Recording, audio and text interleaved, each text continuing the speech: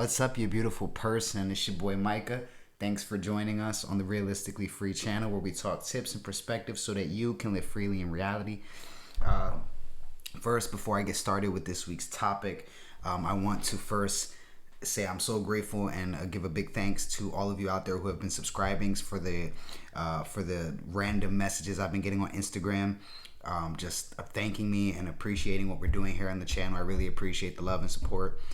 If you are getting value out of the channel, don't forget to hit the subscribe button, because I've got so many ideas of things I want to bring to the channel, because here I want to be able to cultivate a community where it's more than just being trans, right? Yeah, like that's a big part of our lives, but it's more than that. And I'm hoping to be able to mentor other people out there through my experiences, through my life, and through the things I'm doing here on the channel. So I hope that you subscribe. I really appreciate those who have subscribed. And soon, when we get to that 50 subscriber mark, I'll be doing a Cash App giveaway, and there'll be another video to follow as soon as we hit that 50 subscriber mark. So I appreciate those who have subscribed so far and all the beautiful messages I've received on Instagram. I appreciate y'all so much. You have no idea. I love y'all. I really want to help you, everybody out there who's watching these videos and getting something out of these videos, live freely in reality, be able to follow your dreams, have a positive mindset, have a different perspective, go after what it is that you want in life. And I'm hoping that I can continue to be a role model as well as a mentor to you out there. So if you're enjoying what we're doing here, if you're picking up what I'm putting down here on the channel, please hit the subscribe button, and in the description down below there will be a link to the Realistically Free podcast, where I talk even more in depth, more details about relationships, emotions. We look at the logical versus the emotional, and we try to pick things apart and see where it is that these things are coming from. And I'm looking forward to having some guests on the channel as well, or on the podcast as well, where we'll talk even more in detail about different things. So if you're into podcasts, wherever you get your podcast, it's free to stream it. It helps me support you in your journey. So I'd appreciate it if you subscribe and take the time out to maybe hit the link down below and listen to the podcast, because it's free and it helps me help you. Anyway, with all that out of the way, I do have one quick announcement of some content that I'm thinking about bringing to the channel, but I'll leave that for like the middle to the end of the video, so we can get it right into the topic and I can stop rambling about all the good things that are coming to Realistically Free. Anywho, how to deal with transphobia. I feel like the best way to really tackle this is with story time. Who doesn't like a good story time, right? So I feel like I want to preface this too by saying this. I feel like the word transphobia has become like this label that we slap on anybody who doesn't agree with us.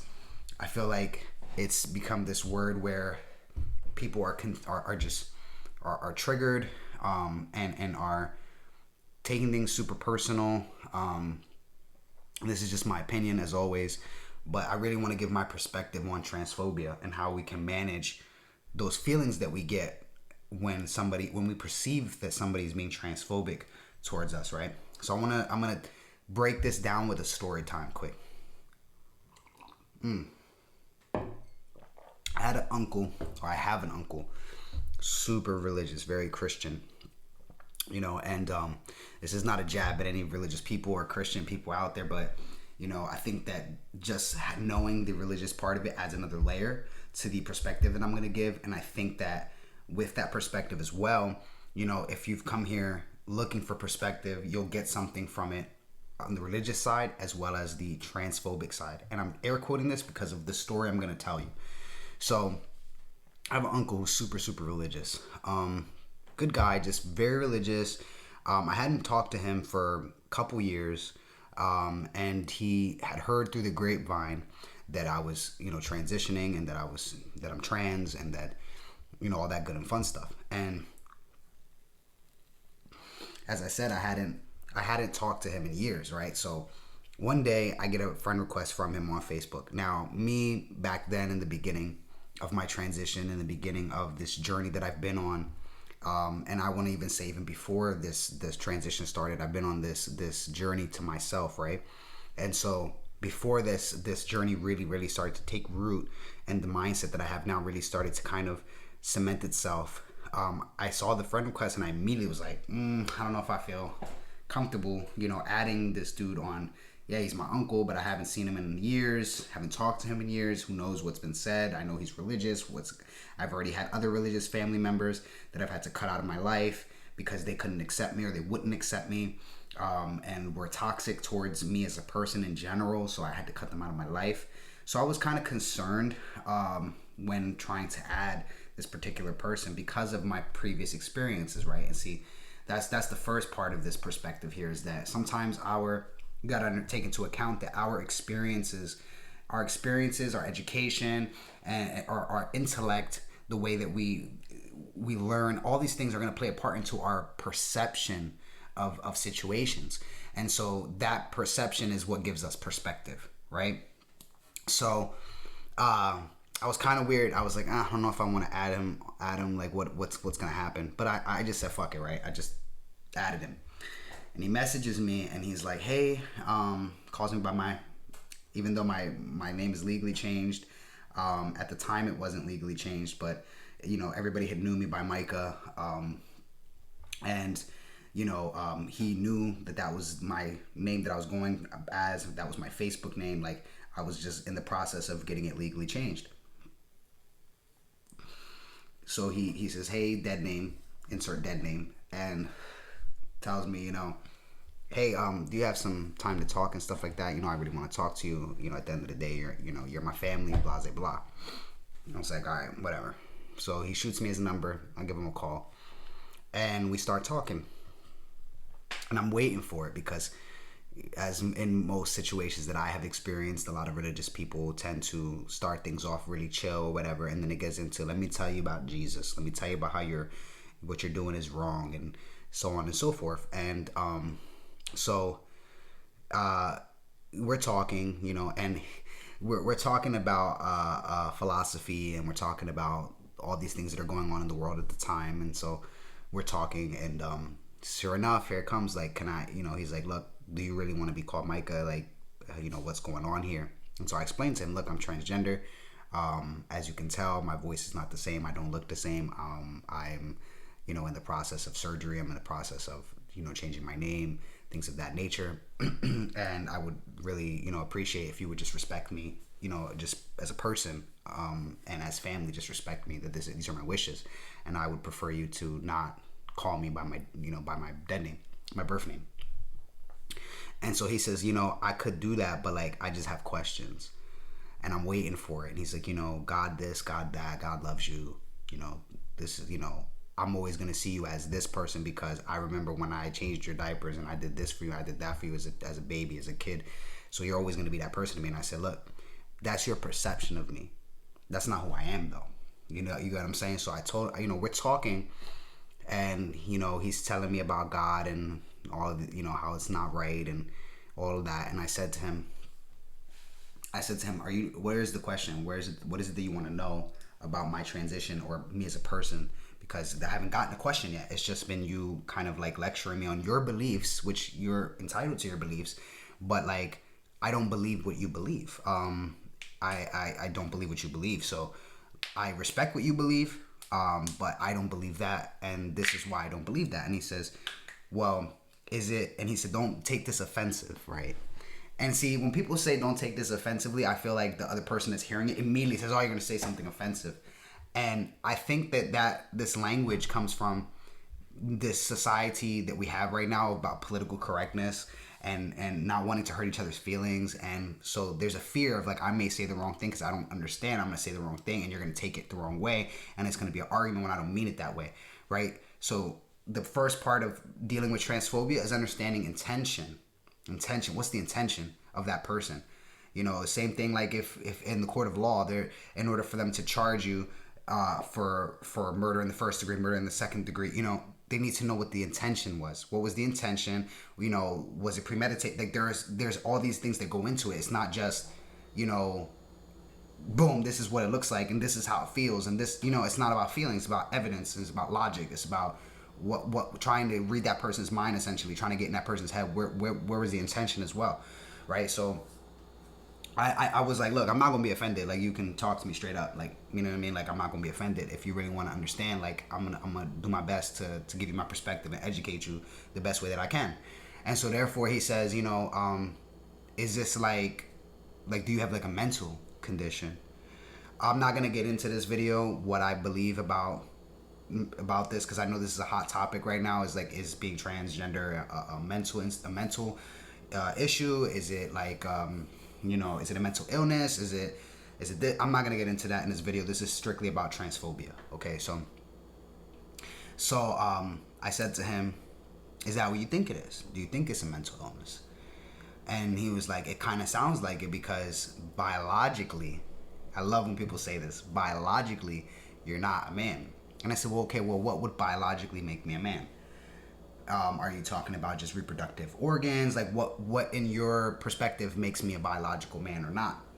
And he's like, well, your chromosomes. You have XX chromosomes, men have XY chromosomes. I said, well, how do you know what chromosomes I have? I've never gotten my chromosomes tested. And there's actually been significant research to prove that it's actually more common than most people think to have to be assigned female at birth and have male chromosomes, and vice versa. So if chromosomes is what you're going off of, like that, you can't see my chromosomes. So I can't see my chromosomes. I've never got that tested, so I can't tell you what my chromosomes are, because I've never gotten them tested. He said, wow, I never thought of it like that, right? And he said, but God. And I said, look, can I say something to you without you being offended? And he said, yeah, of course, right? Because we're talking open, and that's kind of like the first thing I wanted to mention about transphobia is be an open person, have an open mind when people are communicating, because we don't all have the same language, we don't all have the same verbiage, we don't all have the same understanding of things. So the way that I may say something, you may take it offensively, or may take it like I'm coming at you, or that person, vice versa. But in reality is that we just have a different way of communicating. So we need to find the middle ground to communicate, and the way to do that is to keep an open mind. If I want this person to keep an open mind with their religious beliefs, with their scientific beliefs, whatever beliefs that they have, if I want that person to be open-minded to the research and the information that I have and the knowledge that I have, as well as my experience, I need to be open-minded about that person's experience, right? So that's kind of like my first thing about transphobia and dealing with transphobia. And so then going on to what I was saying, I said to him, I said, can I say something to you without you being offended? He was like, yeah, go ahead, we're talking. I said, okay, do you think that believing in God is a mental illness? And he said, why would I think it's a mental illness? It's faith. I said, because let me put it to you this way. If I took the word God out of the equation, and I took the Bible and everything that you know to be religion, I took all of that out, and I said, Theo, I feel a presence around me, and this presence takes care of me, and I can almost hear this person's this voice in my head telling me it's gonna be all right, and I gotta have faith and believing in this person. I've never seen this person, but I can hear them inside my head, and I can feel them around me, and I know they're taking care of me. And we took God and religion, all these words, out of the equation. Would you think that I'm mentally ill? He was like, yeah. I said, so what's to say that you're not mentally ill, that you hear voices, or you think that God is talking to you, or you think a being is talking to you or taking care of you? You think somebody's taking care of you, but you just read that in a book. There's no scientific evidence to prove that God exists. So how can you say that you are believing in biology, you're believing in science, that's saying that, or from your interpretation of the science, is that I'm not a man, right? But you won't believe science when it says that the earth is round, because we had that conversation about flat earth, right? I said you won't believe that the earth is round and there's a sphere. You won't believe that God is real, but there has been no evidence to prove that God exists, that God is real, or that there's no evidence to prove it. Yes, there's no evidence to disprove it, but there's no evidence to prove your theory or your belief. It's just a book that that somebody wrote hundreds or thousands of years ago, and you believe it to be true. So what's to say that why do you believe that what you believe is right and what I believe is wrong? And he said to me, I guess I do. He was like, I guess I do have a mental illness, because I everything you said, I believe that, I feel that, I think that. I said, look, I'm not sitting here trying to attack your beliefs or your religion. I do believe in a higher power. I've never said that I don't. You know what I mean? I do believe that there's a higher power. I don't believe in religion, but I do believe in a God or a being that is bigger than us. But I don't believe in religion. So, my point of the story time with my uncle was, I've seen it time and time again, where from the gate, most people I see in groups or I see talking, immediately this girl doesn't want to date me. She's transphobic. She doesn't like that the parts that I have. She's transphobic. Or my family member, is questioning my identity. They're transphobic. Or then we like to slap the label of gatekeeping, right? And I'm not here. This is not that video. We can talk about that in another video. But there's always this, we're quick to get offended and get upset when somebody is voicing a concern or voicing their opinion or trying to understand, and we label it as being transphobic, or we label it as being they're a bigot, they don't understand, they're stupid, and we go into this whole back and forth, and we let them take up all this space in our brain. That, first off, my mentality is, you don't pay me to live inside my head, so you ain't gonna live inside my head. You ain't gonna affect my thoughts and my feelings about myself. That's one. And two, I don't got no business living in your head. I don't need to worry about what you think about me, because I don't got no business being there. You follow? So how do we deal with transphobia? And why did I tell you that story? I wanted just to bring up a story of something that really happened in my life with somebody that could have been conceived from an outside person, or even from myself, as being transphobic, because at first he did not want to call me by my name. And I'm not gonna say my preferred name, because it is legally my name. That is my name. You don't need to worry about what my previous name was, because that's not my name. You don't ask a married woman what her previous name. You don't give a shit. That's her legal name. That's her name. You know what I mean? Same for me. My name is my name. It's legally my name. What's the issue, right? So I'm not gonna argue that with anybody. But that could have been conceived, or interpreted as he was being transphobic. And I've seen that time and time again in these groups. It's transphobic if this person doesn't immediately call you by your name. It's transphobic if they misgender you. It's transphobic if they ask you questions about your transition, or ask you questions about your mental state, or wanting to understand where you're coming from. It's transphobic if, they say that a person says they don't want to date you because you are transgender. And my mentality of this is, look, first we need to define, because we're just throwing this word around and labeling people, and, causing more kind of separation and division and issues, instead of trying to understand one another. Where is that person? What's the intent behind what that person is saying to you? Sometimes we have to take a step out of our emotions and look at it logically. What is this person saying without saying it? Because to be transphobic is to fear trans people. Phobia is fear. So where is the fear coming from? Is the fear from misunderstanding? Is the fear from change? Is the fear from different? What is the fear from? And can you find a commonality? Can you find a common ground in a conversation with someone where, maybe you will walk away from the conversation not being able to agree, but hopefully you'll be able to come out of a conversation and be like, I respect that person respects me, they respect who I am, they don't like who I am, they don't agree with who I am, but they respect who I am, and they're in my corner in a sense of, they're not going to do something that's going to go against what I need to be able to live my life and be who I am. You get what I'm saying? So in order to deal with transphobia, we need to understand what does that word mean? Like, what are we gonna say? How do we use that label to define somebody? What makes something transphobic? Is it because it hurts your feelings? Because if something hurts your feelings, that doesn't necessarily mean is transphobic.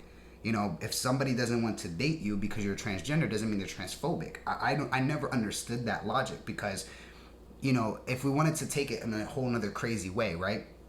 I'll give you another real quick story time.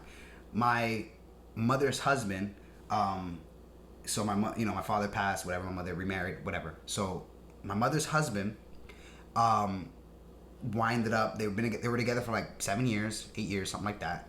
And towards the end of their relationship, he got cancer. And I say end of their relationship because he passed. He died. Okay, he died from cancer. My mother chose to stick it out and be with him until the end. Take care of him, whatever.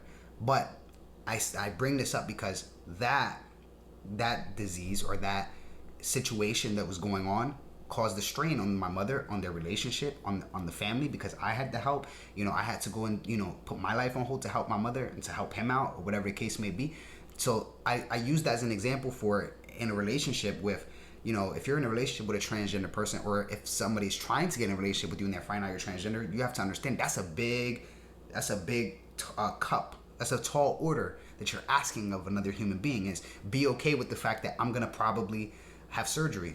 I know some trans people don't. That's your prerogative. A lot of people do. So, you got to, now they have to think, okay, this person's going to have surgery. That has financial implications, emotional implications, physical implications. That's going to impact sexual relationship, the sexual relationship between you guys when you're out of commission for 8-12 weeks.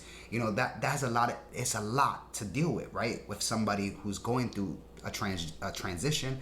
As there's societal factors that go into this. How are people going to look at that person, so on? So I don't find it transphobic. I find that at that point it's like people know what they can handle and they can't handle, and I feel like it's admirable to say, you know what, I can respect who you are as a person, and I think that's beautiful that you're being who you are, but I choose not to be a part of your life because I can't handle that. And some people won't say it in that way because they don't have the right language to say it in that way. But that's when sometimes you have to learn to read in between the lines and try to understand where somebody else is coming from. And at the flip side of that is saying, you know what, that person is not going to have any bearing on my life, so I don't care how they think anyway. You get what I'm saying? So the way we deal with transphobia, as I just kind of like touched on and tried to explain, is understand what's the intention. Maybe it could be what we are perceiving as transphobic really just needs a conversation, right? And sometimes a lot of the times we need to take our emotions out of it because they're not being emotional. They know they don't, and on top of that, they're not a mind reader, so they don't know if it's going to hurt your feelings or not, right? So take our emotions out of it, look at it logically, rationally, and just, hear the person for what they're saying and also for what they're not saying. Like they say, like 80% of communication is body language. You know what I mean? You can tell if somebody's really not fucking with you just off of their energy. You know what I'm saying? So that's kind of like my perspective on transphobia. I feel like it's become this word that we're just slapping on people for everything that we don't agree with, or they don't agree with us, or they hurt our feelings, or whatever the case may be, and we say they're transphobic.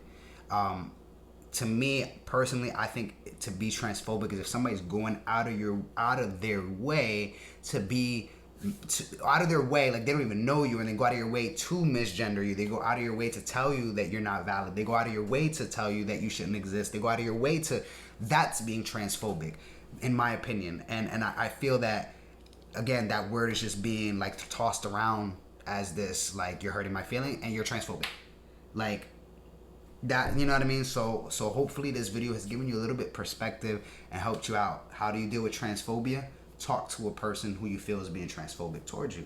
Maybe I'm just a confrontational kind of guy, but like I like to have conversation. I like to communicate what's going on. Let's talk about it. You'll be surprised when you have a conversation how somebody's whole vibe will change towards you once they're in a place where they understand you. And sometimes people are afraid to straight up be like, you know what, I don't understand. People are afraid to say I don't understand. It hurts their ego. So sometimes you can even come through like, and just start talking about what you think they're being transphobic about, and kind of educate them in a way that like, oh, you know what, I talked to this person who said this, and I told him da da da da, whatever the case may be, because sometimes that's why people won't have that conversation, right? Because it hurts their ego to admit that they don't understand something, or they're afraid of something that's different, or they're afraid of change, or they like their bubble, they like the way things are, and they want society to stay the way it's because it's comfortable for them. But once you explain it and they start to see that it's no different, you'll be surprised. You'll be surprised by the people that will surprise you in their understanding when you're willing to have a calm, cool, collected, compassionate conversation with somebody. So that's my perspective on transphobia and how you deal with it. What's the intent? Figure out that person's intent and then go from there. If their intent is not to understand and just to hurt you regardless and be that way towards you, don't deal with that person. And sometimes you can get underneath that layer and find out what's really going on. But if you don't really care about this person, or they're a stranger, don't give a fuck about what they have to say or think about you anyway. There's always a billion people. There's billions and billions of people out there. There'll be somebody who are willing to have a conversation with you, fuck with you, be your friend, be your family, be your partner, sexually, intimately, whatever. There's plenty of people out there who will do that. So hopefully this video has given you insight, has given you perspective, has given you something, a different way of looking at transphobia and how to deal with transphobic people in your life. If you need to cut them out, that's my mentality. 3 strikes and you out. And I don't giving people no more than three chances to fuck me over, and then I'm like, I'm done with you, right? So hopefully that gave you that. Real quick, I wanted to mention I'm thinking about adding a wellness series on the channel.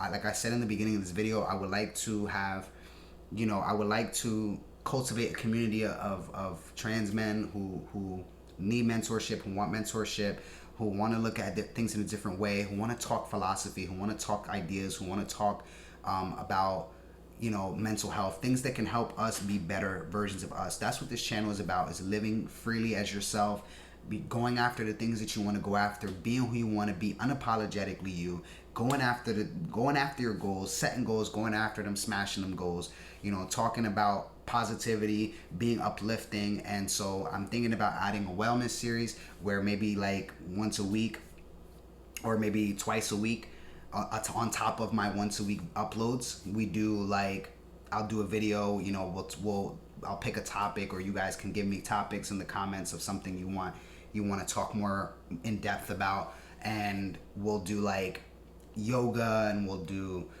things that will help us center ourselves and be mindful and be grounded within ourselves. Maybe do workout videos, because I'm about to embark on I want to get my body in better shape, so I'm about to embark on that journey, and I would love if you guys would take that journey with me, so that we can motivate each other and just give each other good vibes and positivity and love.